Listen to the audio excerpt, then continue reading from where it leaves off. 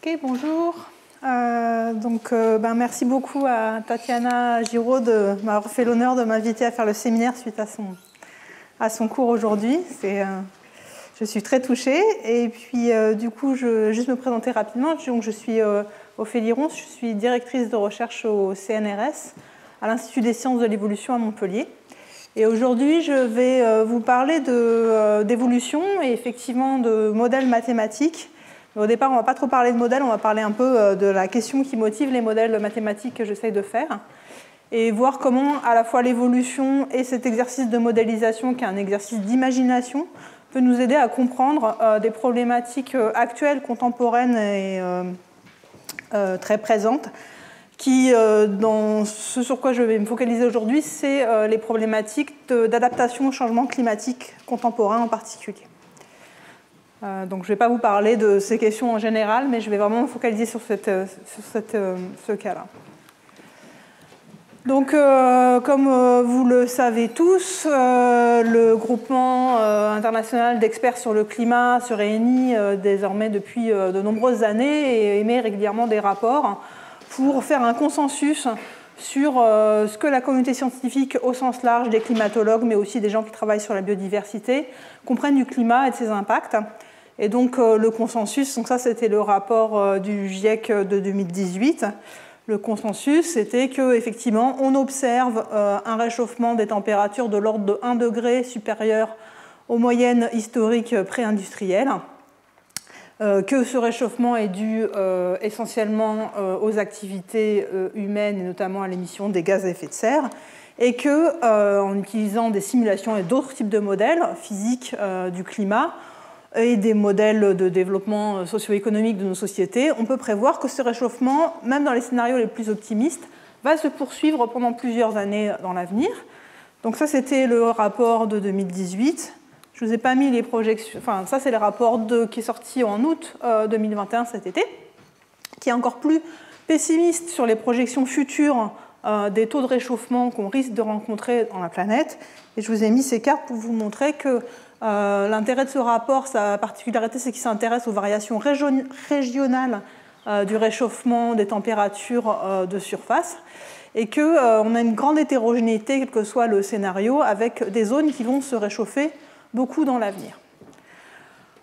Donc moi, je ne suis pas spécialiste du climat en soi, je suis une biologiste de l'évolution qui s'intéresse à la biodiversité, mais ce changement climatique, il y a aussi un fort consensus pour penser qu'il va avoir un impact majeur sur la biodiversité, non seulement sur nos activités humaines et sociales, mais sur la biodiversité et la vie qu'abrite la Terre. Donc pour quelles raisons ? C'est assez intuitif. Tout d'abord, il est bien connu, et je pense que vous en avez tous une perception intuitive claire, que différentes espèces qui habitent la planète aujourd'hui se sont adaptées à des climats différents et possèdent des caractéristiques qui leur permettent de persister, de se reproduire dans différentes parties du monde avec des climats très contrastés. Donc en particulier, c'est tellement vrai que les traits des espèces qu'on leur confère des adaptations à des climats bien spécifiques, qu'on peut assez facilement prédire où se trouve une espèce particulière à partir du climat local. Par exemple, ici, le hêtre, qui est une espèce emblématique et typique des forêts européennes, on peut utiliser les petits points blancs ici, c'est des sites où on sait qu'on a des présences de hêtres. On peut utiliser les données sur le climat local dans ces localités et par un exercice de modélisation essentiellement statistique ou plus ou moins mécanistique, prédire à partir du climat la probabilité de présence du hêtre. Et donc ça, c'est ce qui est donné par ces degrés de couleur verte sur cette carte. Et on voit que ces modèles peuvent prédire plus ou moins bien, dans ce cas-là plutôt bien, la présence du hêtre à l'heure actuelle en Europe.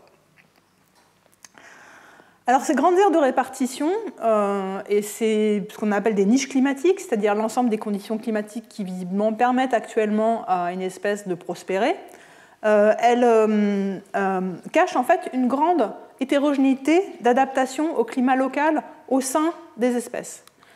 Donc en fait, non seulement les différentes espèces sont adaptées à des climats différents, mais si on regarde plus finement, au sein d'une espèce, et qu'on regarde différentes populations de la même espèce, ici par exemple, c'est un épicéa de Sitka qui vit en Amérique du Nord, on s'aperçoit que chaque population est en réalité adaptée au climat local qu'elle expérimente.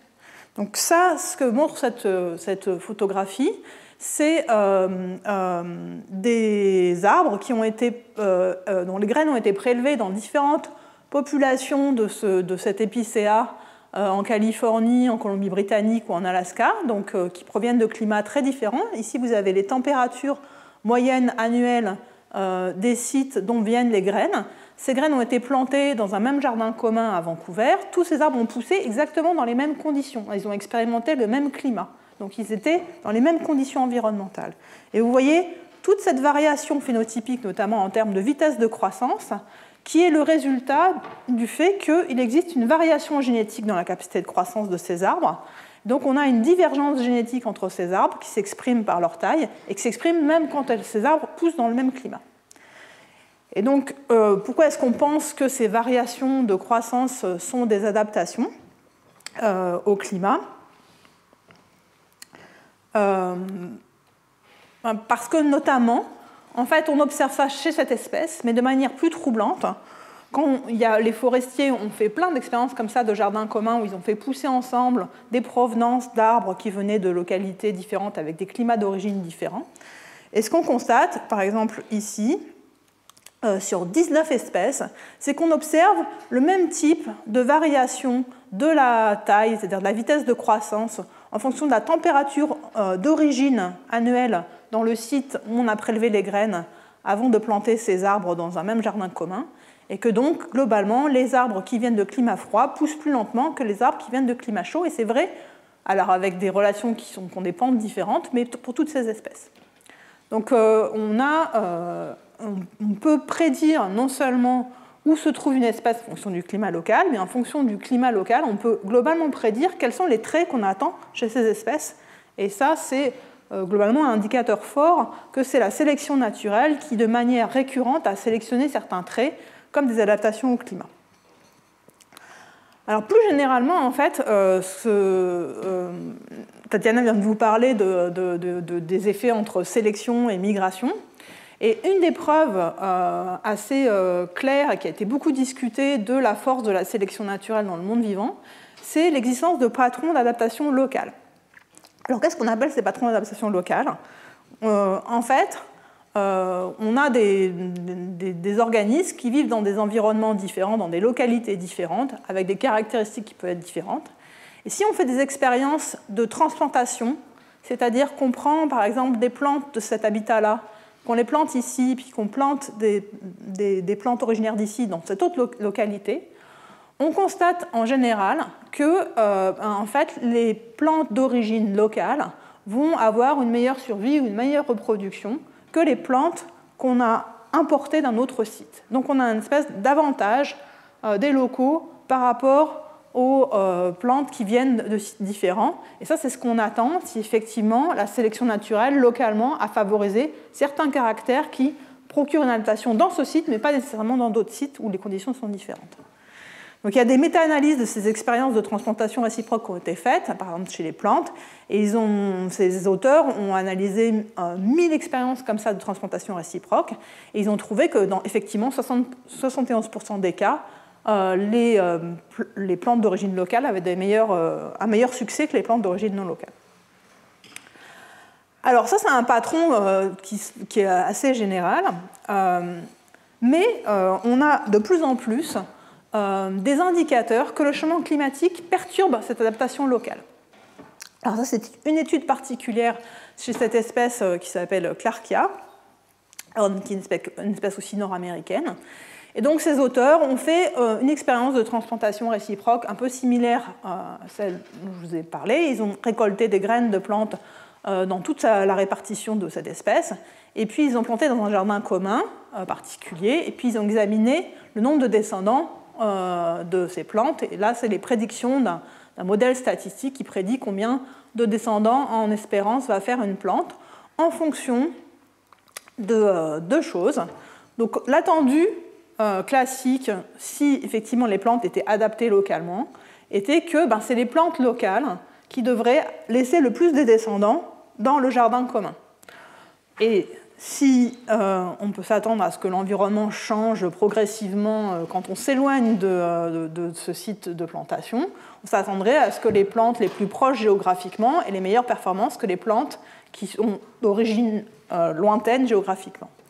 Donc l'origine géographique en distance, elle est donnée par ces teintes de rose et bleu, et on voit que ça prédit pas tellement le succès des plantes dans le jardin commun. Et par ailleurs, que les plantes locales qui sont les couleurs bleues, là, elles n'ont pas du tout le meilleur succès de reproduction dans cette expérience, de manière, je pense, ça a surpris ces auteurs. Et en fait, quand ils ont cherché à comprendre quelles étaient les plantes qui avaient eu le meilleur succès, ils se sont rendus compte que l'année où ils avaient fait leur expérience, c'était une année particulièrement chaude, avec une anomalie climatique comme on en voit de plus en plus, et que les plantes qui avaient eu le meilleur succès dans cette expérience, c'était les plantes dont le climat d'origine était le plus semblable avec le climat l'année où ils ont fait l'expérience. Et donc, en fait, ce qui explique essentiellement la performance des plantes, c'est la différence de température entre le climat actuel et le climat historique d'origine. Et c'est plus nécessairement le climat historique du site en question. Donc ça suggère que effectivement, le changement climatique, en modifiant les conditions localement dans les sites, fait que les génotypes qui se retrouvent dans les plantes d'origine ou les génotypes qui sont localement ne sont plus les meilleurs et que potentiellement on a une perturbation des patrons d'adaptation locale. Alors, quelles sont les conséquences de cette maladaptation potentielle, puisque les adaptations que la sélection naturelle a favorisées ne correspondent plus au climat qu'expérimentent les populations avec le changement climatique. Alors, un exercice que beaucoup de scientifiques, auquel beaucoup de scientifiques ont participé depuis le début des années 2000 jusqu'à aujourd'hui, c'est d'essayer de comprendre quelles seraient les conséquences du changement climatique pour la répartition des espèces. Alors, l'idée est simple. Actuellement, on regarde où est une espèce, comment elle est distribuée dans l'espace géographique. On regarde quel est le climat dans ces localités. Ça nous permet de définir une niche climatique, c'est-à-dire l'ensemble des conditions climatiques qui permettent actuellement à l'espèce de prospérer. Et on utilise des simulations du climat futur, spatialisées, pour essayer de trouver où se trouvera ce climat favorable à l'espèce dans l'avenir. Donc juste pour vous donner l'illustration de ça avec le hêtre, donc on reprend le même exemple que tout à l'heure. Donc voilà la répartition actuelle du hêtre, voilà ce qu'on arrive à prédire de sa niche climatique sur la base de cette répartition actuelle. Donc ça, c'est basé sur les données climatiques un peu historiques, des 30 dernières, à l'époque des années 70 aux années 2000. Et on projette des simulations, grâce à des simulations du climat, le changement du climat prédit à la fin du siècle. Et on suppose qu'il y a la même relation entre le caractère favorable du climat à cette époque que dans le futur. Et du coup, on peut indiquer, de même avec ces dégradés de vert, quelle zone serait le plus favorable au hêtre dans le futur en Europe. Donc ça, c'est important de réaliser que ça, c'est une simulation du changement du climat. On ne simule pas ce que font vraiment les espèces. On simule comment change le climat, comment change la distribution du climat qu'on estime être le climat favorable pour l'espèce dans l'avenir. Donc à partir de ça, on peut faire différentes hypothèses. Et ce qu'on constate, c'est qu'il y a des zones où l'espèce est présente aujourd'hui et le climat deviendrait défavorable dans l'avenir, et d'autres endroits où l'espèce est absente aujourd'hui, mais le climat est prédit devenir favorable dans l'avenir. Et donc la question ensuite, c'est qu'est-ce que vont faire effectivement les êtres confrontés à ces déplacements de leur niche climatique dans l'espace? Est-ce qu'ils vont s'éteindre? Donc un scénario possible, c'est qu'ils s'éteignent dans les zones où le climat est devenu défavorable et qui colonisent les zones où il n'était pas présent et qui sont devenues favorables. Alors c'est souvent le raccourci qui est fait. Donc ces scénarios qui projettent essentiellement la distribution de la niche climatique actuelle dans le futur ont été beaucoup utilisés, notamment pour essayer d'anticiper la gestion de ces populations d'arbres. Donc, notamment si vous êtes forestier, vous devez prévoir qu'est-ce que votre gestion et vos plantations très longtemps en avance, puisque vous allez récolter potentiellement vos plantations 100 ans après avoir planté des arbres. Donc c'est une communauté qui a pris très au sérieux ces prédictions sur les changements de distribution potentielle des espèces et du changement climatique, parce qu'ils sont dans la nécessité absolue d'anticiper. Et donc ce genre de scénario et de modélisation a été utilisé beaucoup, notamment pour dire si le hêtre va disparaître d'une grande partie de l'Europe occidentale, où c'est l'espèce dominante à l'heure actuelle, ça veut dire qu'il ne faut pas continuer une gestion des forêts en supposant que le hêtre va continuer à rester dans ces sites, donc pas planter du hêtre. Notamment, il faut prendre ces prédictions climatiques pour planter d'autres espèces, comme par exemple le sapin de Douglas, avec des conséquences majeures sur les écosystèmes, car une forêt de feuillus, une forêt de conifères, ce n'est pas du tout la même chose. Alors ça, c'est une vision des choses. Et cette vision des choses est débattue parce qu'il existe d'autres scientifiques qui, par exemple, étudient la génétique de l'adaptation au climat chez les arbres et qui défendent d'autres scénarios.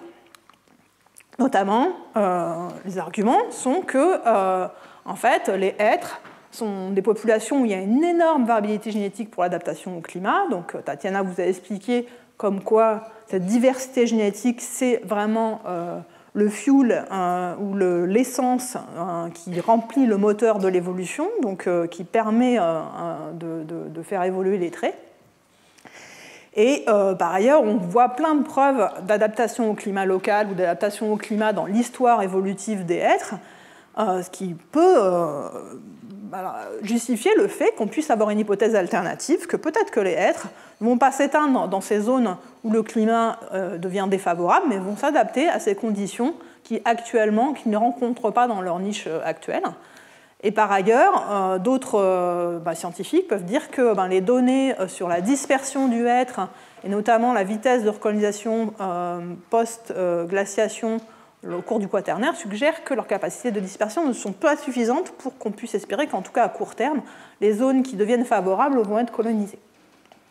Donc il y a des scénarios alternatifs, et c'est une question importante d'être capable de peser ces scénarios alternatifs, parce que, comme je vous l'ai expliqué, potentiellement on va prendre des décisions de gestion maintenant qui risquent d'être des prophéties autoréalisatrices. C'est-à-dire que si on croit certains modèles, on va prendre des décisions qui auront des conséquences. Donc par exemple, si on pense que le hêtre n'a plus d'avenir dans certaines régions et qu'on arrête de planter du hêtre, le hêtre va disparaître de ces régions, mais on ne saura potentiellement jamais s'il avait la capacité de s'adapter ou pas, parce qu'on aura pris une décision qui aura un impact radical là-dessus. Inversement, si on est trop optimiste et qu'on continue à investir dans des écosystèmes ou dans des types d'habitats qui n'ont plus d'avenir dans certains endroits, on risque effectivement aussi d'avoir des problèmes. Donc il y a la nécessité d'anticiper sur le changement climatique, mais aussi de prendre en compte toutes les incertitudes qui y sont liées.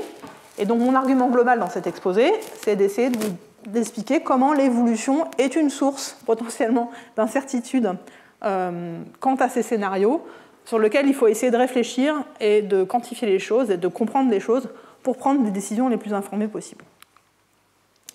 Alors, en soutien avec ce scénario d'extinction dans la marge chaude de l'aire de répartition et colonisation de la marge froide de répartition liée au changement climatique, effectivement, actuellement, on observe déjà déplacement de la distribution de nombreuses espèces. Alors ça, par exemple, c'est une méta-analyse faite par Chen et al., ses collaborateurs, qui date déjà de 2011. Et ce vous avez conclu, c'était qu'en reviewant un très grand nombre d'études de cas sur une très grande diversité d'espèces, vous observez qu'en moyenne, les espèces étaient déplacées de 17 km en 10 ans de manière cohérente avec les attentes liées au changement climatique. Donc, depuis, on a des revues plus récentes qui ont été refaites, des jeux de données qui documentent des changements de distribution d'espèces à la fois animales et végétales, marines et terrestres, qui affinent un petit peu ce résultat en montrant qu'en fait, il y a une grande hétérogénéité entre les vitesses de déplacement dans le monde marin et dans le monde terrestre, et qu'il y a des vitesses beaucoup plus fortes en fait, de déplacement des espèces dans le monde marin, qui est cohérente avec le changement climatique, et des vitesses de déplacement finalement assez modérées dans le monde terrestre. En tout cas, ce qui est clair, c'est que si on regarde les études de Chen et al., on voit que non seulement les espèces en moyenne se déplacent, mais plus précisément, en fait, ce qui est un prédicteur fort de la vitesse de déplacement des espèces, c'est à quel point, localement, ces espèces sont confrontées à un changement climatique rapide ou pas. Ce que je vous ai dit au départ, le changement climatique, il est hétérogène en fonction des localités du globe, il est aussi hétérogène en fonction de la manière dont il est vécu par les espèces, parce que les espèces n'ont pas la même niche climatique, donc leur climat favorable ne se déplace pas à la même vitesse. Et donc je vais vous montrer plusieurs figures comme ça, qui montrent la vitesse de déplacement du climat, la vitesse de déplacement des espèces, et on voit que globalement, on a une corrélation assez forte. Donc la ligne bleue, là, c'est ce qui se passerait si les espèces se déplaçaient exactement aussi vite que le climat change. Alors, ce qui est intéressant, c'est qu'en fait, on a aussi des données comme ça dans le passé, parce que l'histoire de la Terre a connu de nombreux changements climatiques, notamment son histoire récente au cours de Quaternaire, a connu une grande période d'instabilité climatique, avant de rentrer dans une période de forte stabilité climatique, qui est celle qui a modelé la biodiversité telle qu'on la connaît actuellement sur Terre.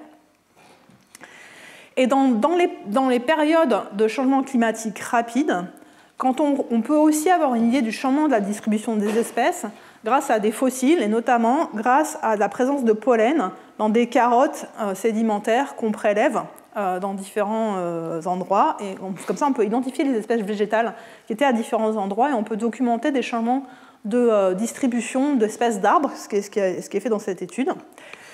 Et ce que ces auteurs ont trouvé, c'est que qu'on regarde la position de la marge nord ou la marge sud, donc d'espèces d'arbres, encore une fois, nord-américaines, on a aussi une relation très bonne entre la vitesse de déplacement des espèces et le déplacement du climat. Alors ici, c'est en 10 ans en nombre de kilomètres. Alors, à la différence du changement climatique contemporain, il y a un ordre de grandeur de différence dans les vitesses de déplacement par rapport à ce qu'on vit à l'heure actuelle.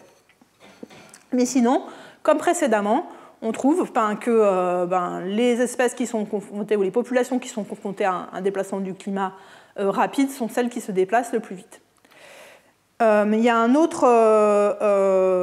deux autres caractéristiques intéressantes de cette étude. L'une, c'est que, et ça c'est quelque chose qui est retrouvé par un certain nombre d'études, la vitesse de déplacement de la marge nord, donc la colonisation dans les périodes de réchauffement, la colonisation de zones qui étaient froides et non colonisables et qui deviennent favorables, est beaucoup plus rapide que la vitesse de déplacement de la marge sud, qui serait liée à des extinctions locales dans des zones où l'espèce était déjà présente et où le climat deviendrait trop chaud. Donc ça, c'est une première conclusion. Et une deuxième conclusion que je trouvais intéressante, en particulier si on regarde ce qui se passe à la marge sud, c'est que donc, cette ligne bleue là que je vous ai indiquée, c'est ce qui se passerait si les espèces se déplaçaient exactement aussi vite que le climat. Or, on voit qu'il y a des espèces qui se déplacent, mais qui se déplacent moins vite que le climat ne change. Et de manière peut-être encore moins intuitive, il y a des espèces qui se déplacent plus vite que ce qu'on prédirait sur la base du changement climatique, dans ces circonstances où le climat change et où les distributions changent. Donc on va revenir là-dessus, on va voir si les modèles nous aident à comprendre un peu cette variabilité dans les vitesses de déplacement, et notamment ce caractéristique un petit peu surprenante d'espèces qui se déplacent plus vite que le climat. Alors, le fait que les marges sud se déplacent moins vite que les marges nord, et le fait qu'on ait des espèces qui se déplacent moins vite que le climat, ça, typiquement, ça a pour effet de générer ce qu'on appelle dans la discussion de la littérature sur ce sujet une dette climatique. Alors, qu'est-ce que c'est qu'une dette climatique? Ici, on imagine un scénario, on avait la distribution de l'espèce qui était dans le climat qui lui était favorable. Le climat a changé. Maintenant, l'espace géographique où on trouve ce climat favorable, ça correspond à cette zone verte. Donc cette zone verte commence à être colonisée par l'espèce, mais typiquement ce qu'on observe, c'est une forte persistance de l'espèce dans une zone qui, a priori, est devenue climatiquement défavorable. Alors cette persistance, donc c'est ça qu'on appelle une dette climatique, c'est qu'on s'attendrait à ce que ça disparaisse ici, et puis c'est toujours là. Alors il y a deux types d'interprétations qui, de manière assez amusante, sont assez différentes en fonction du fait que On parle du changement climatique contemporain ou dans la littérature qui s'intéresse au changement climatique passé. On peut considérer que cette persistance dans les zones où le climat est devenu défavorable, c'est en fait juste des extinctions en sursis. C'est des espèces de populations zombies, c'est-à-dire on les voit encore, mais en fait elles n'ont plus d'avenir évolutif. Donc ça, par exemple, il y a des indications de ça, par exemple, chez les arbres, quand on trouve des populations où on a encore des arbres adultes qui se sont installés dans ces populations il y a 100 ans quand le climat était favorable, mais on n'a plus du tout de jeunes arbres, plus du tout de recrutement, plus du tout de reproduction de ces populations. Donc en fait, on voit encore des arbres dans ces endroits, mais potentiellement, ces arbres, une fois qu'ils seront morts, il n'y aura plus de nouveau une régénération de ces espèces à ces endroits. Donc ça, c'est potentiellement des extinctions en sursis. Et ce qui est intéressant, c'est que en fait, ce patron de dette, et le terme de dette climatique suggère cette idée d'extinction en sursis. Et dans les données paléonologiques ou globalement ou paléontologiques, en fait, lors des changements climatiques de la Terre qu'on peut suivre, ce scénario est très commun d'expansion dans les zones favorables nouvelles, mais d'absence de disparition ou de disparition beaucoup plus modérée dans les zones qu'on pourrait penser devenues trop chaudes et en tout cas n'étaient pas présentes dans la niche climatique précédemment. Et un des arguments, alors il y a plusieurs types d'explications pour ça. L'une pourrait être qu'on comprend mal, en fait, on évalue mal les limites thermiques chaudes des espèces, parce que par exemple, ce qui les limite dans leur marge sud, ce n'est pas tellement le climat, c'est les interactions avec d'autres espèces, il y a d'autres facteurs qui les empêchent d'être dans certains endroits qui n'est pas le climat. Ou, en fait, l'existence d'une variabilité génétique qui permet de s'adapter à ces climats chauds et qui n'était pas révélée dans la gamme de climats qui était proposée à une période. Et donc, en fait, dans la littérature sur le passé, l'idée qu'on ait des phénomènes d'adaptation à des climats plus chauds est beaucoup plus souvent discutée comme une explication potentielle du fait que les espèces restent dans ces marges chaudes plus longtemps qu'on ne peut le penser. Alors, je voulais vous parler d'un exemple particulier. Alors, on peut dire, bon, c'est peut-être ce qui s'est passé dans ces climats passés, qui étaient quand même beaucoup moins rapides que le changement climatique contemporain. Et en fait, voilà, Tatiana vous a expliqué, l'évolution, c'est un phénomène lent, progressif. Donc, un argument que les gens ont beaucoup utilisé pour dire que ces phénomènes d'adaptation ne sont pas pertinents pour comprendre l'impact des changements climatiques actuels, c'est que là, on est confronté à quelque chose de très très rapide et que l'évolution, c'est quelque chose de très lent.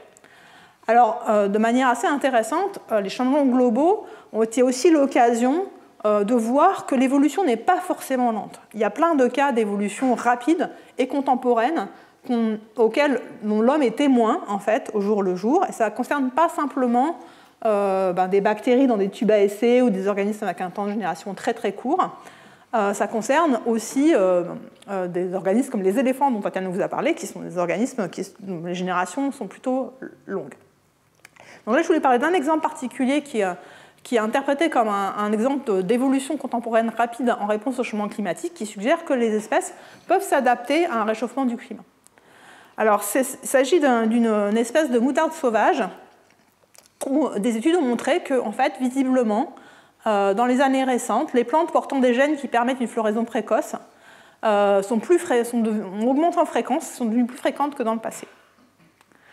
Alors c'est assez intéressant de comprendre comment est-ce que cette étude a mis ça en évidence, parce que ce n'est pas facile de montrer de l'évolution contemporaine en réalité.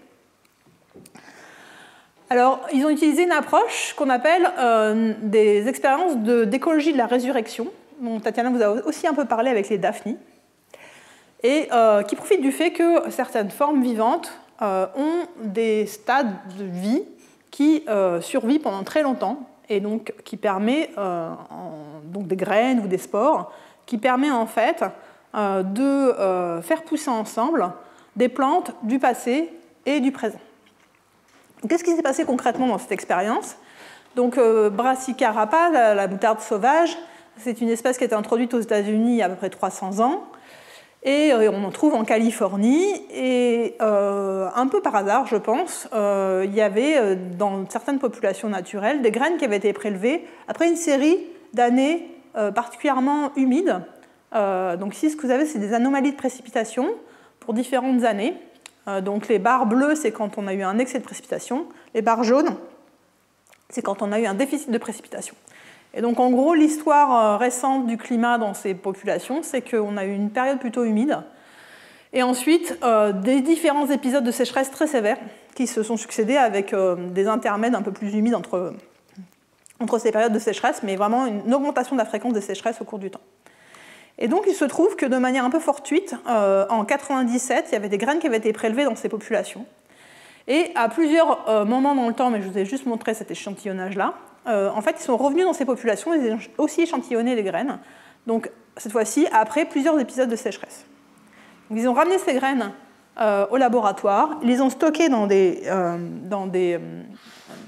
frigidaires, dans des conditions de conservation plutôt bonnes, et ensuite, ils ont semé ensemble ces graines dans un jardin commun, et puis ils ont croisé ces plantes du passé et du présent ensemble, pour justement déterminer qu'est-ce qui était génétique, qui n'était pas. Ils ont fait une génération en plus dans le jardin commun. Et après, ils ont mesuré les dates de floraison de ces plantes dans ce jardin commun. Donc encore une fois, des plantes du passé et du présent, mais qui sont dans les mêmes conditions environnementales aujourd'hui. Donc les différences entre ces plantes ne peuvent pas être expliquées par des différences d'environnement que ces plantes ont vécues, mais par le fait qu'elles ont hérité de gènes qui ont été sélectionnés dans des environnements différents. Et donc, ce que ces auteurs ont constaté, c'est que les plantes issues de graines récoltées après plusieurs années de sécheresse, donc les plantes contemporaines, fleurissent 3 jours plus tôt que les plantes du passé.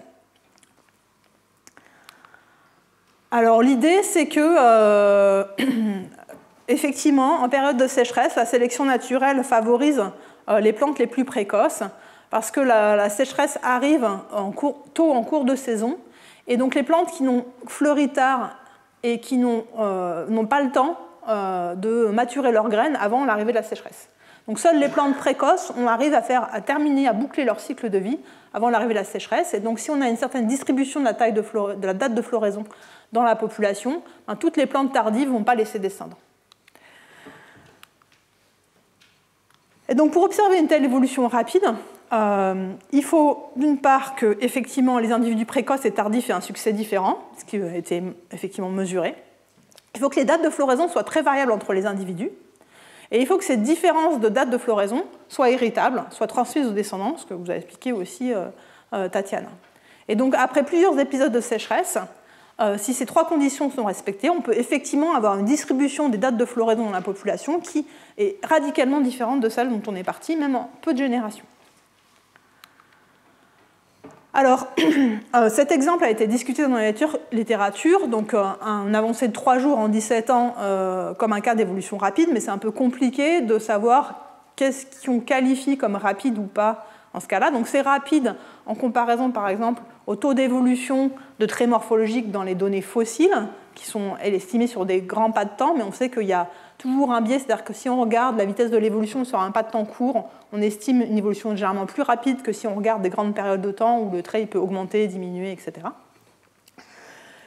Également, en fait, ce qui est un consensus de plus en plus fort, c'est que les effets de l'homme sur la biodiversité sont une cause d'évolution rapide pour plein d'exemples. Donc ça, c'est une revue très récente qui vous montre les vitesses d'évolution pour tout un ensemble d'études et de traits en fonction du fait que il s'agisse d'écosystèmes soit naturels, pas trop, dont on pense qu'ils ne sont pas modifiés par les hommes, ce qui est un peu compliqué à l'heure actuelle de toute façon. Des études où on pense que les causes du changement évolutif, c'est le changement climatique, des cas où il y a des changements de paysage, des introductions d'espèces, de l'exploitation des espèces, des réponses à l'introduction d'autres espèces ou de la pollution. Et on voit qu'en fait, on a plein d'exemples d'évolution encore plus rapides que les évolutions liées au changement climatique. Donc les cas qu'on a d'évolution en réponse au changement climatique ne sont pas parmi ceux de cas d'évolution contemporaine les plus rapides, mais globalement, en fait, on a des signaux d'évolution sur des pas de temps assez courts pour plein d'exemples. En fait, ce à quoi je voulais arriver, c'est que rapide ne suffit pas comme qualificatif pour comprendre si l'évolution va être suffisante pour empêcher l'extinction ou pas. Et pour ça, c'est là où on a besoin de formaliser les choses par des modèles mathématiques pour comprendre un petit peu qu'est-ce que ça veut dire, quelle vitesse d'évolution est suffisamment rapide pour échapper à l'extinction.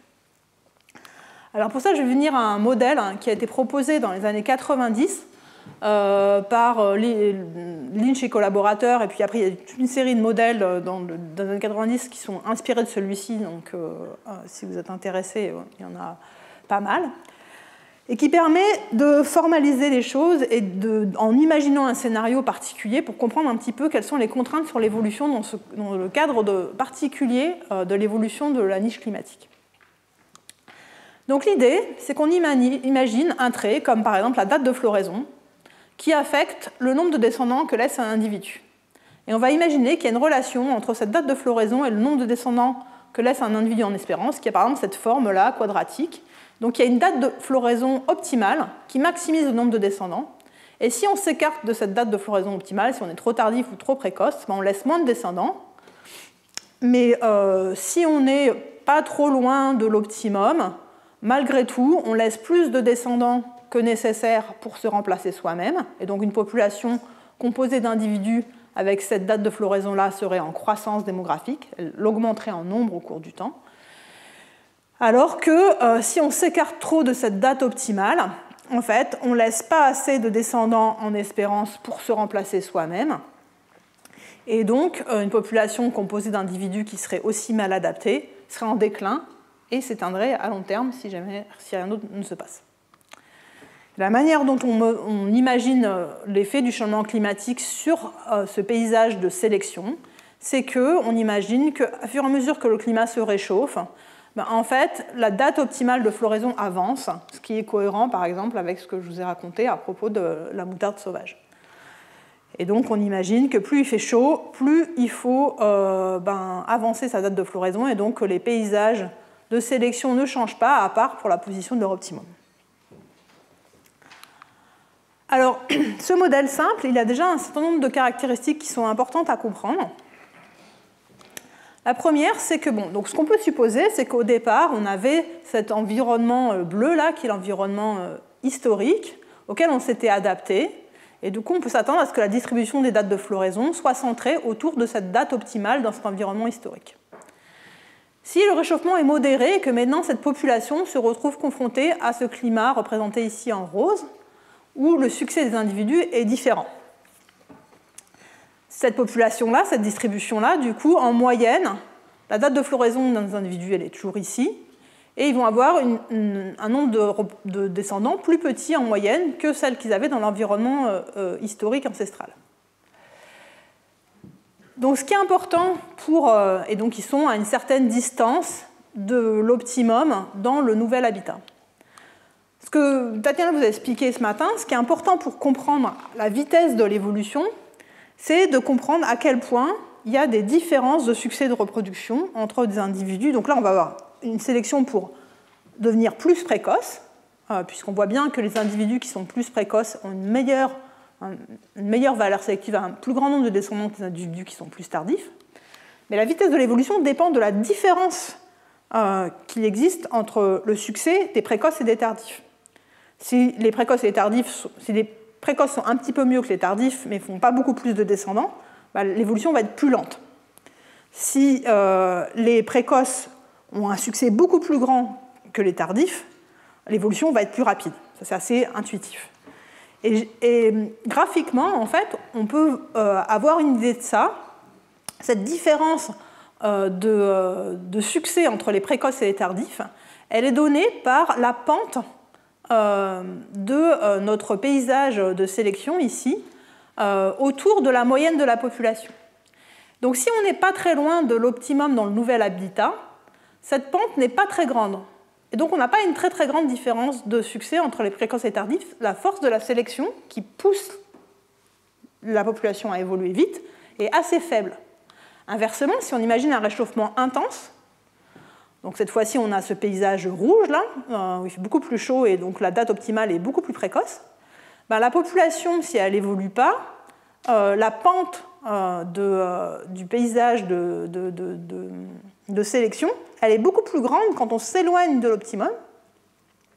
Et donc ici, on a une force de la sélection qui est beaucoup plus forte, qui va faire évoluer la population beaucoup plus vite. Donc une propriété importante de ces modèles, c'est que la force de la sélection augmente avec la maladaptation. Plus une population est mal adaptée, plus elle va évoluer vite. Alors ça, c'est potentiellement positif, mais par contre, le problème, c'est que cette population-là, elle n'est pas très mal adaptée, elle va évoluer lentement, mais même si elle n'évolue pas, elle est un peu moins, son nombre de descendants est plus faible que celui qu'elle avait si elle était l'optimum, mais elle peut quand même, les individus se remplacent eux-mêmes, ils produisent assez de descendants pour se remplacer. Donc en fait, la population continue à croître, donc elle n'est pas en danger d'un point de vue démographique. Par contre, cette population, qui est très mal adaptée, l'écart entre la moyenne de la population et l'optimum est suffisamment grand pour que si la population n'évolue pas, on voit que son taux d'accroissement est négatif. Donc la population, si elle n'évolue pas, elle est condamnée, elle va décliner. Donc seule l'évolution peut sauver cette population. Alors que ici, l'évolution est lente, mais elle n'a pas vraiment d'effet sur la persistance ou l'extinction de la population. Alors qu'est-ce qui se passe quand la population évolue effectivement dans ce scénario? Alors, on peut imaginer un scénario où on a la date de floraison, donc la date de floraison optimale qui est représentée par ces grosses fleurs jaunes. Au cours du temps, on imagine qu'on a un réchauffement progressif et régulier, et du coup, chaque génération, la date optimale de floraison est toujours un petit peu plus tôt. Donc initialement, on a un faible décalage, on est plutôt bien adapté à notre environnement qui est juste devenu un petit peu plus chaud. Et comme on a un faible décalage entre la moyenne de la date de floraison de la population et la date de floraison optimale, la force de la sélection est très faible. Et donc la population n'évolue pas vite du tout, voire même elle n'évolue pas. Donc comme elle n'évolue pas, le décalage, donc elle ne bouge pas, mais que le climat, lui, continue à changer, le décalage augmente entre la date de la moyenne de floraison dans la population et la date de floraison optimale. Donc on a de plus en plus de maladaptation. Quand on a de plus en plus de maladaptation, la force de la sélection augmente. On commence à avoir une force de rappel qui fait évoluer la population plus vite. Donc l'évolution est plus rapide. Et l'évolution augmente en vitesse jusqu'à ce que la population évolue exactement aussi vite que le climat ne change. Et là, il se passe une chose intéressante, qui est que la population évolue à la même vitesse que le climat ne change, mais elle ne rattrape jamais son retard. Donc elle évolue aussi vite que le climat, mais elle conserve de manière permanente un retard, c'est-à-dire qu'elle court après le climat, mais elle n'arrive jamais à rattraper, à combler ce retard, si le climat continue à changer. Alors pourquoi ça se produit, ça? C'est important de revenir un petit peu. Donc en fait, l'idée, c'est que la population évolue, elle évolue extrêmement vite, mais si elle cesse d'évoluer, elle s'éteint. Donc une des illustrations possibles du pays de la Reine Rouge de Lewis Carroll, où il faut courir pour juste rester sur place. Alors si on revient à pourquoi est-ce qu'on a ce retard constant qu'on n'arrive jamais à combler, qui est prédit par ce modèle, on voit qu'on atteint un équilibre quand la vitesse de l'évolution est exactement égale à la vitesse du changement climatique. Alors cette vitesse de l'évolution, on en a déjà parlé aujourd'hui et puis dans le cours de Tatiana. On voit que cette vitesse de l'évolution, en fait, elle est prédite par deux choses. La quantité de diversité génétique qu'on a pour le trait qui doit évoluer, multipliée par la force de la sélection qui est liée au différentiel de succès entre les individus, par exemple dans notre cas, précoces et tardifs. Et donc c'est ces deux facteurs qui déterminent la vitesse de l'évolution, sous des hypothèses assez simples. Et donc ce qui se passe, c'est que cette force de la sélection, on a vu qu'elle augmentait quand le retard évolutif était plus grand. Donc si on a un retard évolutif plus grand, qui augmente, parce qu'on est plus décalé par rapport à la date optimale, la force de la sélection va être plus forte, donc la vitesse d'évolution va augmenter. Si la vitesse d'évolution augmente et devient supérieure à la vitesse du changement climatique, à ce moment-là, la population commence à combler son retard. Donc elle évolue plus vite que le changement climatique, elle rattrape son retard, et du coup, le retard évolutif diminue. Mais comme le retard évolutif diminue, la force de la sélection baisse. Et donc, en fait, on est coincé dans cet équilibre dynamique où le seul point d'équilibre, c'est effectivement le retard évolutif qui permet tout juste d'atteindre une vitesse d'évolution qui est égale à la vitesse des changements climatiques. Alors ça a deux conséquences. C'est qu'on peut très bien arriver à un équilibre comme ça, avec un retard évolutif qui est trop grand et qui ne permet pas la croissance de la population. C'est-à-dire que vous voyez que dans ce scénario-là, l'aspect démographique n'intervient pas. Donc ça illustre un petit peu aussi ce que vous disiez, Tatiana. C'est-à-dire que l'évolution peut empêcher l'extinction, mais là, on peut avoir une évolution qui n'empêche pas l'extinction. C'est-à-dire qu'on arrive à un équilibre évolutif. En fait, le retard évolutif est trop grand pour permettre à la population de survivre. Donc en fait, la démographie n'intervient pas dans ce schéma de rappel de la sélection. Et une autre conséquence de ça, c'est qu'on voit que comme les vitesses d'évolution sont directement liées à la taille du retard évolutif, en fait, il y a des vitesses d'évolution qui sont trop grandes pour pouvoir être soutenables d'un point de vue démographique. Donc on peut pas cette vitesse d'évolution ne peut pas augmenter indéfiniment à cause de son coût démographique. Alors, une conclusion de ces modèles, c'est aussi de dire que du coup, l'évolution génétique n'empêche pas nécessairement l'extinction, et que les situations où l'évolution permet d'avoir un retard adaptatif petit, ou inversement, les situations où le retard adaptatif va être grand, ça va se produire quand le climat change vite par rapport à la vitesse de remplacement des générations, quand il y a peu de diversité génétique et quand la sélection est faible. Et donc, par exemple, effectivement, ça c'est intéressant pour essayer de comprendre en quoi les défis de l'adaptation sont différents chez une plante annuelle comme la moutarde, où les générations durent 1 an, de défis adaptatifs pour un hêtre où le remplacement de génération il a lieu au bout de plus de 50 ans, voire 100 ans. Parce que en fait, la vitesse de changement du climat, elle ne compte pas dans l'absolu en termes de temps, elle compte en termes d'unités par génération. Et du coup, là, le climat il va changer beaucoup au cours de la vie d'un individu. On peut aussi voir que ça amène à réfléchir à quel point la diversité génétique est essentielle pour comprendre la survie des populations dans ce genre de scénario. C'est-à-dire qu'en fait, on peut utiliser ces modèles pour prédire quelle diversité génétique est nécessaire pour échapper à l'extinction. Et on voit que cette diversité génétique nécessaire pour échapper à l'extinction, elle dépend de la fécondité, c'est-à-dire que si les individus produisent beaucoup de descendants, en fait, potentiellement, ils ont moins de contraintes, donc même avec une diversité génétique faible, on arrive à échapper à l'extinction. Par contre, si on produit un faible nombre de descendants, en fait, il y a plein de cas où la diversité génétique nécessaire pour échapper à l'extinction, elle est juste très très grande. Et que cette diversité génétique nécessaire pour échapper à l'extinction, elle augmente aussi avec la vitesse du changement environnemental. Si le changement environnemental est lent, en fait, on a besoin de moins de diversité génétique. Par contre, si le changement environnemental est très rapide, on a besoin de beaucoup de diversité génétique pour échapper à l'extinction.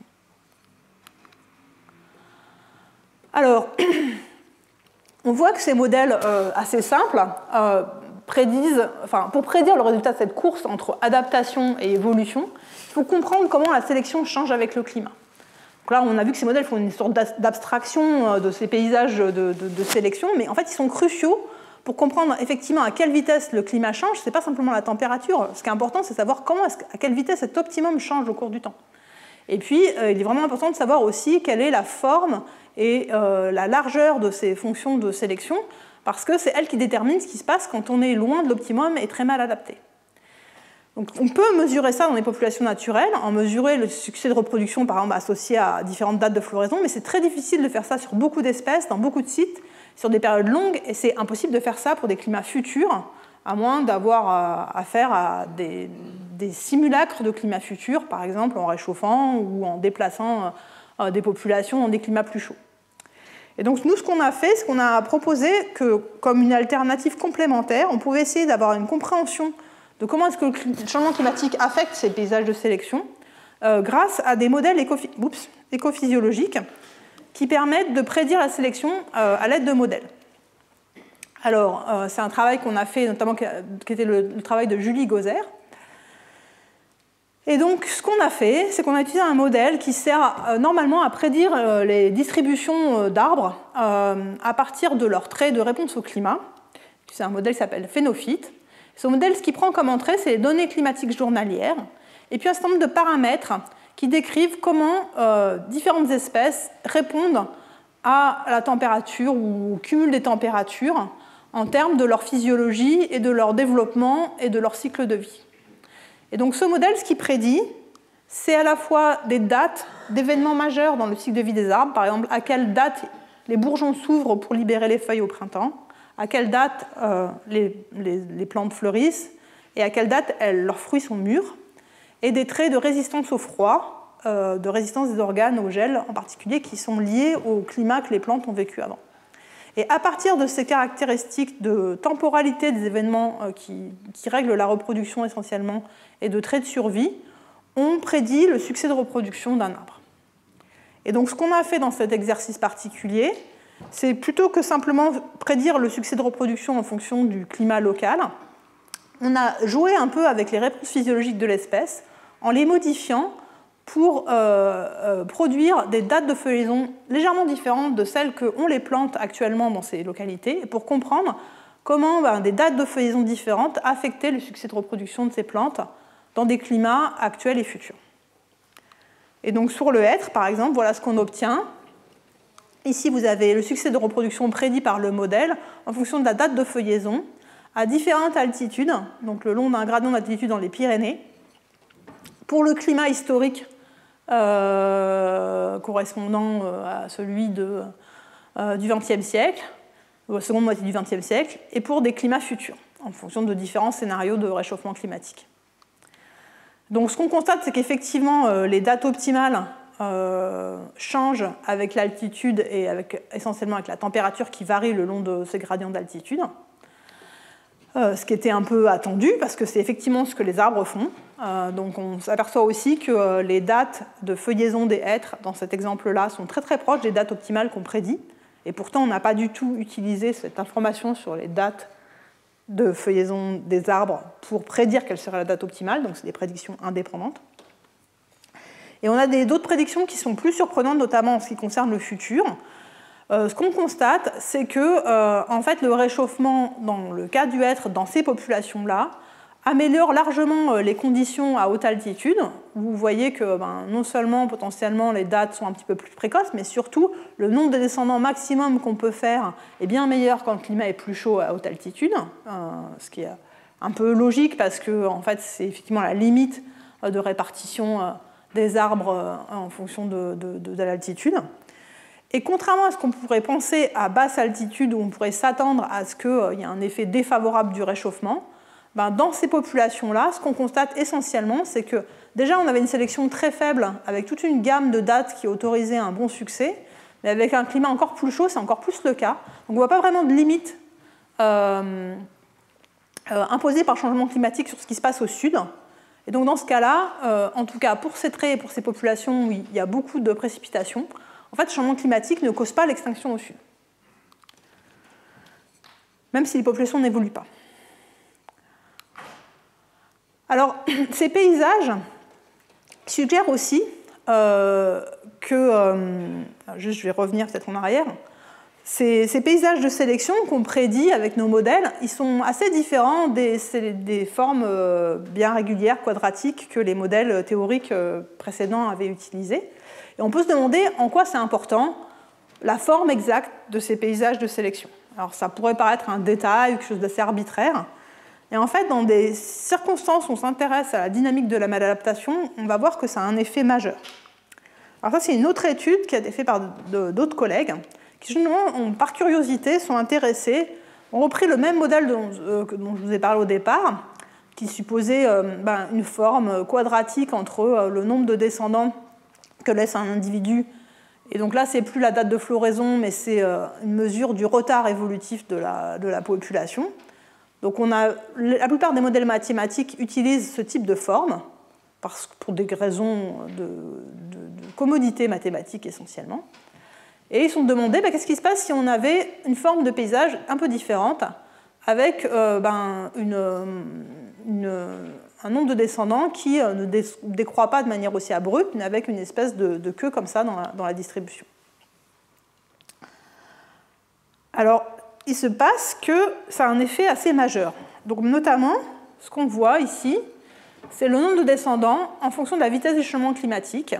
Donc, dans le scénario classique, on a une vitesse critique du changement climatique où on passe d'une population qui a un taux de croissance positif graduellement à une population qui a un taux de croissance négatif. Donc, on passe d'une population viable mais qui croît très faiblement à une population non viable qui décroît faiblement puis qui décroît de plus en plus vite.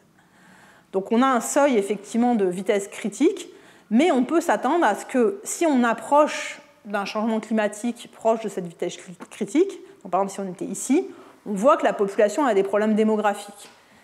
Et donc on peut potentiellement en être alerté, avoir des signaux d'alerte qu'on approche de ce seuil où la population va se mettre à décliner. Quand on change la forme de la sélection, on a quelque chose d'assez différent, parce que cette fois-ci, voilà ce que fait le taux de croissance de la population. Donc il décroît, effectivement, quand on augmente la vitesse du changement climatique, mais brutalement, on passe d'une population qui avait un taux de croissance positif, donc qui était capable de croître et de se multiplier, brutalement, si on change un tout petit peu la vitesse du changement climatique, à une population qui décline fortement tout de suite. Donc il n'y a plus d'intermédiaire. Et donc ça, c'est ce qu'on appelle typiquement un point de bascule. Donc c'est des états qui sont décrits de plus en plus dans les dynamiques écologiques et qui sont un sujet d'inquiétude pour pas mal de sujets en termes de gestion des écosystèmes, des changements globaux. Parce qu'on a des transitions abruptes et puis souvent c'est associé à des phénomènes de difficulté de retour en arrière. Et donc là, ce qui est intéressant, c'est que c'est un point de bascule évolutif. C'est à cause de l'évolution qu'on a cette transition abrupte, ce n'est pas lié à une dynamique écologique en soi. Et la raison pour laquelle on passe d'une population parfaitement viable à une population complètement non viable et en déclin, avec un tout petit changement de vitesse du réchauffement, c'est effectivement lié à la sélection, à la force de la sélection. Donc, je vous ai expliqué tout à l'heure que en fait, le retard évolutif, que la force de la sélection, elle augmentait quand le retard évolutif il augmente, que du coup, si on est très mal adapté ici, on a une vitesse d'évolution très forte. Et plus on s'éloigne de l'optimum, plus la force de la sélection, elle augmente. Avec cette forme de sélection, on a effectivement la pente qui va de ce paysage qui augmente, donc on a une force de sélection qui augmente jusqu'à ce qu'on passe à un point d'inflexion. Et en fait, quand on est dans une zone très mal adaptée ici, on a l'inverse, c'est-à-dire que plus le retard évolutif est grand, plus la pente est petite, et donc plus la force de la sélection diminue. Et donc là, on a un cercle vicieux complet, c'est-à-dire que plus on est en retard d'un point de vue adaptatif, plus la sélection est faible. Donc plus le retard va augmenter, et plus le retard va augmenter, plus la sélection est faible, et plus le retard va augmenter. Donc en fait, on a des situations où en fait, on n'a plus de stabilisation du retard évolutif, on prédit que le retard évolutif ne fait qu'augmenter perpétuellement et la population s'effondre à la fois d'un point de vue démographique et d'un point de vue évolutif. Elle arrête de s'adapter complètement. Alors, on pourrait dire que ces paysages, ces formes de paysages, c'est un peu aussi un truc sorti du chapeau par des modélisateurs mathématiciens, ça n'a pas vraiment de lien avec la réalité. Pourquoi est-ce qu'on aurait ces formes-là de paysages ? En fait, de plus en plus, on découvre que ce type de forme de paysage émerge de beaucoup de situations écologiquement ou biologiquement très réalistes. Et donc là, je vais vous parler d'un exemple particulier qu'on a trouvé indépendamment de cette étude théorique précédente et qui montre ce genre de dynamique complexe d'adaptation au changement climatique. Donc ça, c'est des données sur cette petite plante aussi de milieu alpin qui montrent qu'en fait, la sélection qui est liée au climat est beaucoup plus complexe que ce qu'on peut penser. Notamment, ce qu'ont montré ces auteurs, c'est que si on regarde la date de floraison et qu'on regarde ses conséquences sur deux caractéristiques du cycle de vie des plantes, la première, c'est la probabilité qu'une plante qui a déjà fleuri survive une autre saison et fleurisse la saison d'après. Donc ça, c'est la courbe bleue, où on voit qu'en fait, on a une date de floraison vers ici qui maximise la probabilité de survivre et de refleurir l'année suivante.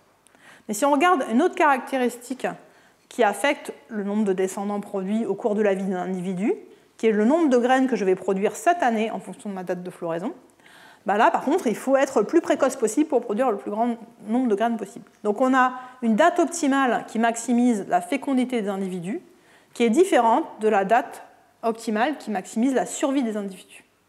Et donc ce n'est pas tout à fait évident, parce que le nombre de copies de gènes qu'on va laisser au cours de sa vie, ça dépend à la fois de l'événement de reproduction actuel, combien de graines je vais faire pendant cet événement de reproduction, mais aussi est-ce que je vais être capable de me reproduire une année suivante et refaire encore des graines. Donc on s'est demandé quelles étaient les conséquences de ces conflits entre différentes parties ou phases du cycle de vie pour l'adaptation au changement climatique.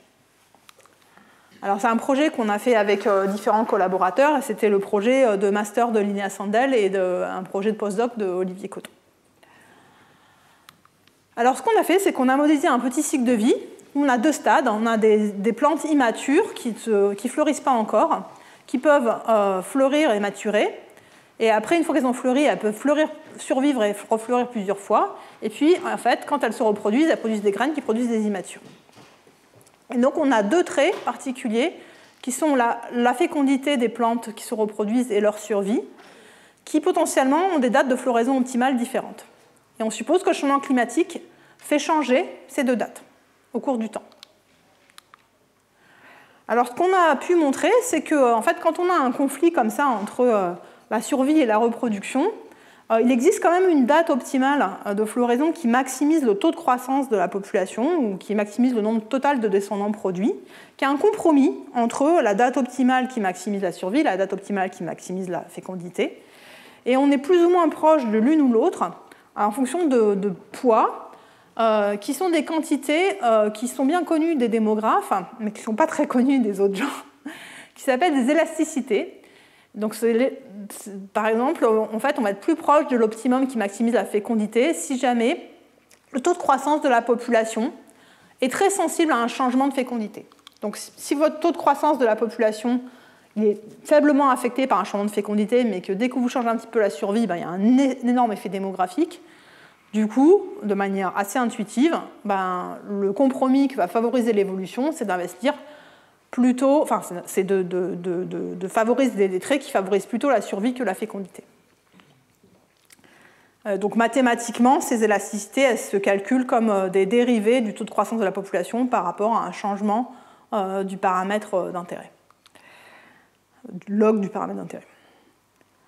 Alors, ce qui se passe dans cette population-là, quand il y a un changement climatique, c'est qu'effectivement, du coup, au cours du temps, on imagine que la date optimale qui maximise la fécondité, elle avance parce que le climat se réchauffe.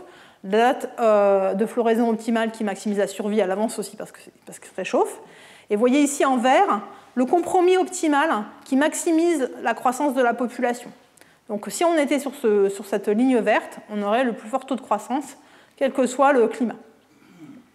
Et comme précédemment, ce qu'on a, c'est que ça, c'est la valeur du trait qui évolue effectivement dans la population au cours du temps. Au départ, on est bien adapté, on est à cet optimum. Et puis comme le climat change, on accumule du retard et on finit par traquer notre optimum intégratif avec un retard constant. Donc il se passe toute la même chose que dans un cycle de vie moins complexe. Par contre, la conséquence, c'est que comme on a du retard et qu'on est plus tardif ce qu'il faudrait qu'on fasse, du coup, on est plus proche de la date qui maximise la survie et plus loin de la date qui maximise la fécondité que dans un environnement constant. Et la conséquence de ça, c'est qu'au cours du temps, avec le changement climatique, ce que prédit ce modèle, c'est que la survie des individus augmente, mais leur fécondité diminue. Et donc si on observait des données comme ça dans une population naturelle, on serait tenté de dire... Alors déjà, le risque, c'est que potentiellement on pourrait avoir mesuré simplement la survie et pas la fécondité. Et donc on pourrait dire, c'est super, en fait, le changement climatique augmente la survie des individus dans ma population, donc finalement il y a des effets bénéfiques. Donc ce qu'on ne voit pas, c'est qu'il y a une autre composante du cycle de vie qui est en train de diminuer en même temps. Et on pourrait aussi être tenté de penser que c'est le réchauffement du climat en lui-même qui favorise un changement d'histoire de vie. C'est-à-dire quand il fait chaud, il vaut mieux pas investir dans produire des graines, il vaut mieux investir dans produire dans survivre d'une année sur l'autre. Mais ça, ce n'est pas vrai. Ce changement-là qu'on voit dans ce modèle, il est simplement dû au fait que les populations ne s'adaptent pas assez vite pour traquer leur optimum évolutif. Si elles s'adaptaient très très vite, on ne verrait pas du tout de changement d'histoire de vie. Et donc, notamment, ce qui se passe, c'est que dans certains cas particuliers, il se passe même quelque chose de pire, c'est-à-dire qu'on voit que les populations évoluent des taux de survie de plus en plus forts, mais des fécondités tellement faibles qu'en fait, elles ne peuvent plus se maintenir. Donc là, on a une population qui s'adapte, mais s'adapte en favorisant des traits qui favorisent la survie au détriment de la fécondité, ce qui ne permet plus leur persistance. Donc c'est pareil, on a une population qui décline et qui est en train de s'éteindre, mais certaines composantes du cycle de vie sont toujours en train de s'améliorer. Donc en fait, on aurait des messages très contradictoires si on observait ce genre de situation dans la nature, c'est-à-dire qu'on pourrait être trompé en pensant que la population en fait, va très bien, alors que si on intègre tout le cycle de vie, on s'aperçoit qu'en fait, elle est en train de s'éteindre. Et ça, c'est une situation de piège évolutif, c'est-à-dire que si la population n'évoluait pas, potentiellement, dans ce genre de scénario, elle pourrait échapper à l'extinction. Et donc, pourquoi on a ce genre de piège et ce genre de phénomène de point de bascule dans ce scénario-là, avec des cycles de vie différents? Parce qu'effectivement, si par exemple on a un retard évolutif grand qui affecte, c'est-à-dire que la date de floraison est vraiment différente de la date qui maximise la fécondité, ça va avoir tendance à diminuer la fécondité dans la population. Et si la fécondité diminue dans la population, ça diminue aussi la contribution de la fécondité au taux de croissance de la population. Donc ça diminue cette élasticité démographique de la croissance de la population à la fécondité. Et ça diminue la force de la sélection qui affecte la fécondité.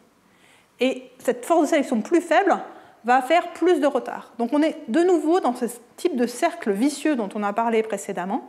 Mais en fait, là, ce qui génère ce cercle vicieux et ces paysages de sélection bizarres, c'est qu'il y a, dans ce cas-là, de fait, une interaction entre l'évolution et la démographie de la population.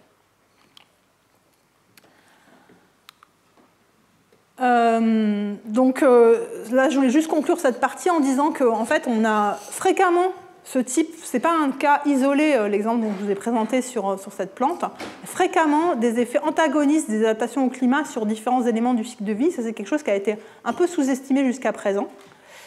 Et que les retards adaptatifs dans un climat changeant, ça peut causer des modifications du cycle de vie qui sont mal adaptatives et potentiellement des boucles de rétroaction qui font que les dynamiques d'adaptation au changement climatique deviennent extrêmement complexes et difficilement prédictibles.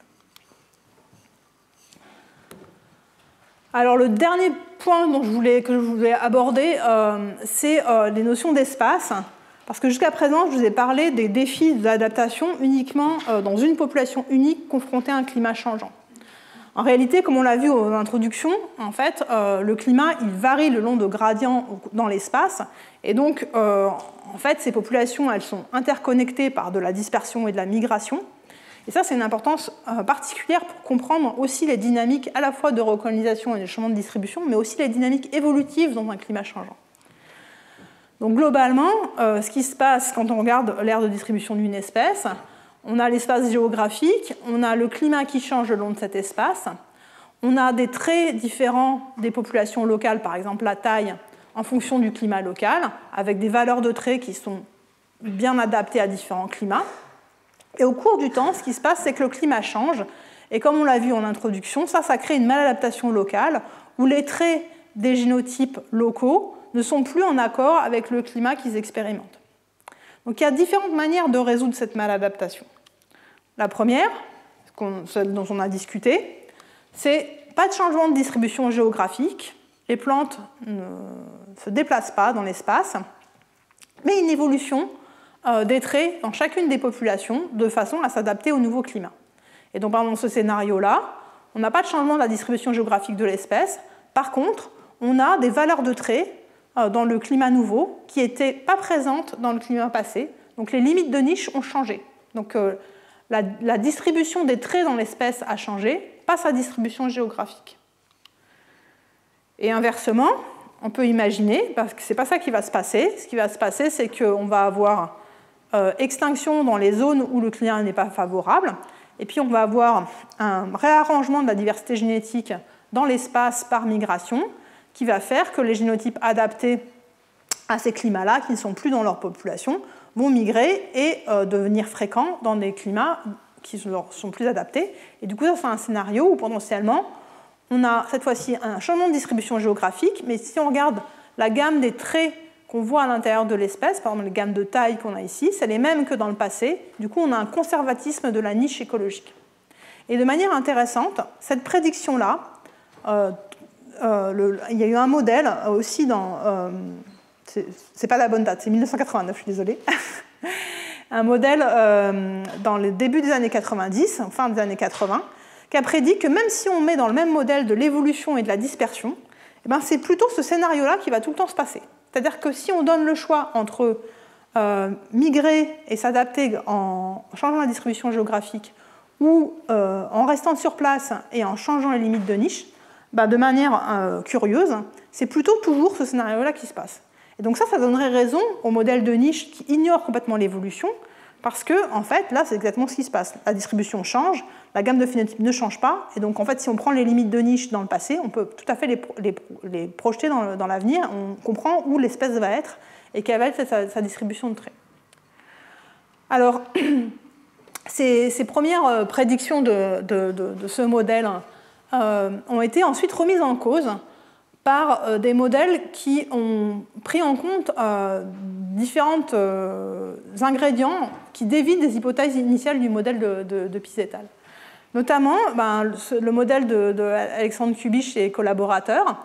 Lui, ce qu'il a rajouté comme ingrédient, c'est que les capacités de dispersion peuvent évoluer quand une espèce s'étend géographiquement, et notamment ce qu'on observe souvent, c'est qu'on sélectionne pour plus de dispersion dans la zone d'expansion géographique.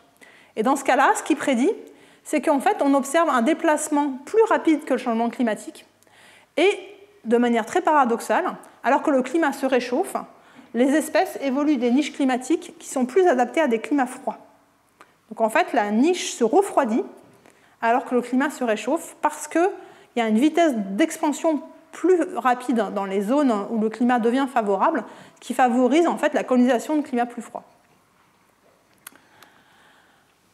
Alors nous, ce qui nous avait intéressé là-dedans, c'était de considérer que les plantes, en fait, les mécanismes d'échange de gènes entre les populations, ils dépendent de deux types de dispersion. Donc il y a une dispersion des graines chez les plantes, qui au maximum est de l'ordre de 10 km, souvent dans les études. Mais en fait, le pollen, qui disperse les gènes sans coloniser de nouvelles populations, peut se disperser sur des distances de l'ordre de 1000 km. Donc en fait, il y a beaucoup plus d'échanges génétiques que de capacité de colonisation de l'espace. Et donc on a intégré ça dans un modèle similaire de dispersion conjointe et d'adaptation dans un environnement hétérogène et qui change au cours du temps. C'est un travail qui était le postdoc de Robin Aguilé. Et ce qu'on a trouvé dans ces circonstances, c'est que, en fait, quand on ajoute la dispersion du pollen à ce modèle, on prédit un déplacement moins rapide que le changement climatique, mais une adaptation à un climat plus chaud, et donc les phénomènes de résilience en marge sud, avec une niche climatique qui devient plus thermophile, qui s'adapte plus à des climats chauds, et qui permet de rester sur des sites où on était déjà présent. Alors ces modèles, ces différents modèles, pour moi, éclairent un petit peu ces résultats qui sont issus d'observations de déplacement d'espèces, en montrant comment, effectivement, en fonction des hypothèses, on peut effectivement prédire que les espèces peuvent se déplacer plus vite que le climat ou moins vite que le climat. Et donc, pour conclure, ce que je voulais dire, c'est que en fait, le changement climatique il cause déjà des changements phénotypiques et génétiques et dans la distribution géographique des espèces qu'on documente abondamment et qui seront, encore une fois, synthétisés dans le prochain rapport du GIEC qui va sortir le 28 février du groupe 2 de synthèse. Mais malheureusement, ces adaptations ne sont pas suffisantes nécessairement pour empêcher les extinctions. Parce que le problème de l'adaptation dans le contexte d'un environnement changeant comme le contexte du changement climatique, ce n'est pas simplement un problème d'évolution, c'est un problème d'une course entre deux processus qui sont la vitesse de l'évolution et la vitesse du déclin des populations. Donc ça implique de considérer ensemble la démographie, la dynamique démographique et l'évolution, et de faire que globalement les écologistes et les évolutionnistes sont obligés de se parler pour résoudre ce problème-là. Et donc prédire le destin des espèces, pour revenir aux questions qu'on a posées en introduction, ça implique vraiment de quantifier ces dynamiques. Ce n'est pas juste une question qualitative, c'est une question de combien, à quelle vitesse on va évoluer, et à quelle vitesse, quel est l'impact démographique exact de ces changements. Et donc pour l'instant, j'avoue qu'on n'en est pas tout à fait là. Donc ces modèles écoévolutifs que je vous ai présentés, ils nous aident mieux à comprendre la complexité de ces dynamiques et les forces d'incertitude qui sont liées au rôle de l'évolution dans ces réponses. Mais du coup, ils soulèvent aussi que la tâche est encore plus compliquée que celle qu'on pensait initialement, à cause de tous ces phénomènes de points de bascule, d'effets historiques, d'absence de retour en arrière, que ces boucles de rétroaction entre l'écologie et l'évolution impliquent.